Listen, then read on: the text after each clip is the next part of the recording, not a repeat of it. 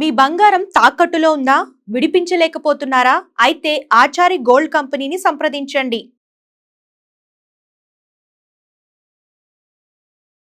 చేశారు మరి అసలు కరెక్ట్ అయినా లేకపోతే కుట్రపూరితంగా చేస్తున్నారు అంటున్నారు. ఆయన భారతదేశానికి స్వతంత్రం తెచ్చిన వీరుడా ఏంటి?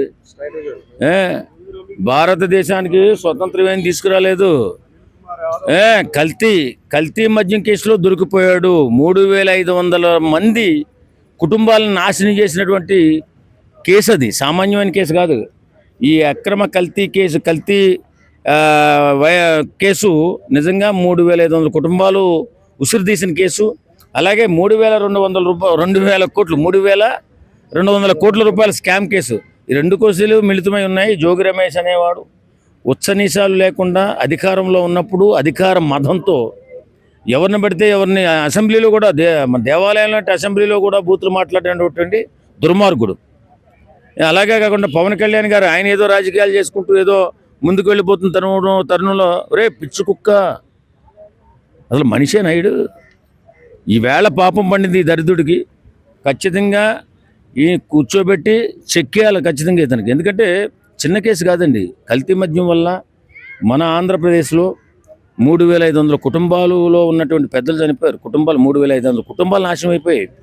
కానీ ఇతను బట్టిలా ఈ ఏదో స్వాతంత్ర పోరాటంలో ఉద్యమం చేసి జైలుకి వెళ్తుంటే చూడు ఏ రకంగా బాధపడుతుంటారు ప్రజానీకం. అలాగే ఇవాళ వైఎస్ఆర్సీపీ నాయకులు అతను ఏదో యుద్ధం చేసి బయట జైలుకి వెళ్తున్నట్టు, దేశం కోసం పోరాటం చేసి జైలుకి వెళ్తున్నట్టు ఫీల్ అవుతున్నారు. కాదురా నాయన, ఆయన కల్తీ మద్యం కేసులో 35,000 కుటుంబాలు ఉసిరు తీసిన కేసులో ముందు వెళ్తున్నాడు.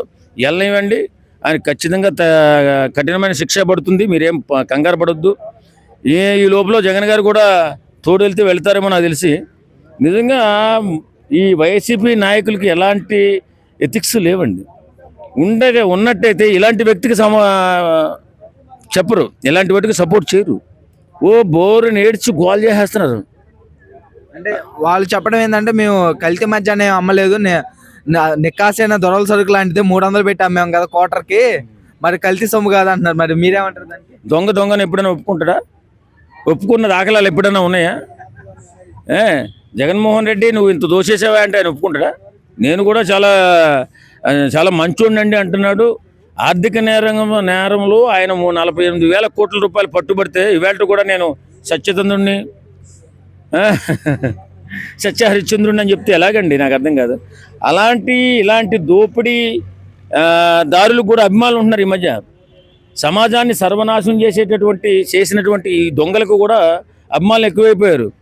ప్రజాధనాన్ని ఇష్టాన్రీతిగా దోసేసి ప్రజలనమ్మో రోడ్డు పాలు చేసేసి కల్తీ మద్యం అమ్మేసి జనాలను చంపేసినా సరే వాడు ఈవేళ హీరోగా పక్కవాడితో కీర్తించబడుతున్నాడంటే మన దేశం ఎలా పోతుంది, మన రాష్ట్రాలు ఎలా పోతున్నాయి?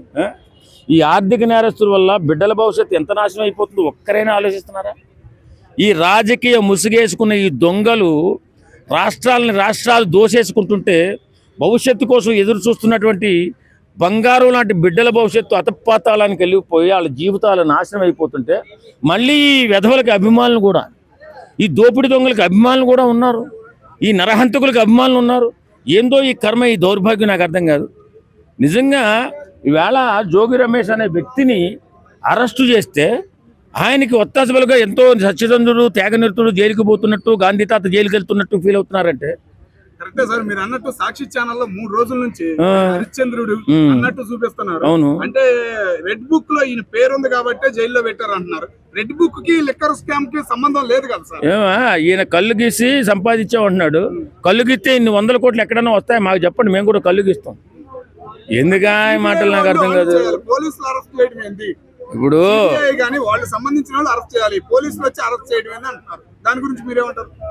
ఏమండి, పోలీస్ ఇంట్రాగేషన్లో దొరికితే పోలీసులు అరెస్ట్ చేస్తారు. సిబిఐ కింద ఉంది కదా, అందుకే వాళ్ళే అరెస్ట్ చేయాలని రూల్ ఏమన్నా ఉందండి? దొంగ అనేవాడిని దోపిడీ ద్వారాని పోలీసు వాడు ఎప్పుడైనా అరెస్ట్ చేసే అధికారం ఉంటుంది. అవసరమైతే మన ప్రాంతానికి వస్తే మన ప్రాంత పోలీసు పర్మిషన్ తీసుకుని సపోర్ట్ తీసుకుని అరెస్ట్ చేస్తారు. అవన్నీ పక్కన పెట్టబ్బా. ఈయన వల్ల ఎంత నష్టపోయారు, ఎంతమంది చనిపోయారు. ఈ కేసు వల్ల ఈ 6 సంవత్సరాలు 7 సంవత్సరాల్లో జగన్మోహన్ రెడ్డి ప్రభుత్వం ఏర్పడిన తర్వాత ఎంతమంది చనిపోయారు, ఎన్ని కుటుంబాలు నాశనం అయిపోయి ఇలా ఎంత దోపిడీ చేశారు. జోగి రమేష్ ఏం చేసి కష్టపడ్డా 100 కోట్ల ఆస్తులు? సలహాదారుడుగా సార్ జగన్మోహన్ రెడ్డి గారికి ఒక పెద్ద అన్నీ సలహాదారుడుగా. సపోర్ట్గా మాట్లాడితే నిజంగా మానవత్వం లేని మనుషులు ఇవాళ. ఇప్పుడు ప్రజల సొమ్మును దోచేసి అనేటువంటి ఆర్థిక నేరస్తులకి సపోర్ట్గా మాట్లాడుతున్నారంటే అంటే ప్రజలు ఏమైపోయినా పర్లేదు, ప్రజల జీవితాలు నాశనం అయిపోయినా పర్లేదు, మన బిడ్డలు అడుక్కు తిన్నా పర్లేదు, ఎవరేమైపోయినా ఈ రాజకీయ నాయకులు ఈ కుతంత్రాలతో కుళ్ళుతో స్వార్థంతో వేల కోట్లు దోచేస్తుంటే మళ్ళీ వాళ్ళకి సపోర్ట్గా వారికి అభిమానులు ఉన్నారంటే మరి ఏం చెప్పాలో నాకు అర్థం కాదు. అయితే ఇప్పుడు అధికార పక్షం ఉన్న వాళ్ళే కల్తీ మద్యం అమ్ముతారు, అందుకున్నారు వాళ్ళు తక్కువ రేటుకి అమ్ముతున్నారు అని చెప్తున్నారు. మరి అది ఎంతవరకు నిజం అంటారు? ఏమన్నా చెప్తాడు, దొంగ దొరికిపోయిన తర్వాత నేను చేయలేదు పక్కోడే చేశాడు అంటాడు.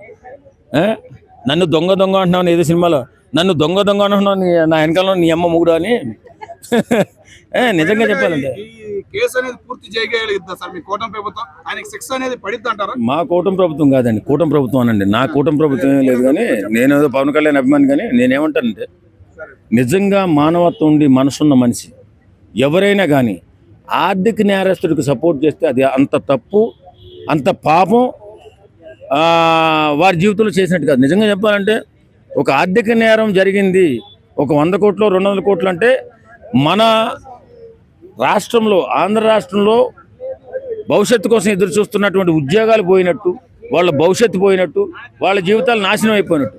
కాబట్టి ఇలాంటి ఆర్థిక నేరస్తులను కఠినంగా శిక్షించాలా, ఇలాంటి దుర్మార్గుల్ని జైలు నుంచి బయటకు రాకుండా చేయవలసిన బాధ్యత. ఇప్పుడు బెయిల్ ఇవ్వకూడదు, వీళ్ళకి బెయిల్ ఇవ్వకుండా ఎంక్వైరీ చేసి ఖచ్చితంగా వారికి శిక్ష పడేలా చేస్తేనే ఇలాంటి వ్యక్తులు బుద్ధి వచ్చి రేపొద్దున్న రాష్ట్రాలు బాగుంటాయి, ప్రజానీకం బాగుంటుంది, యువత బాగుంటారు, సమాజం బాగుంటుంది.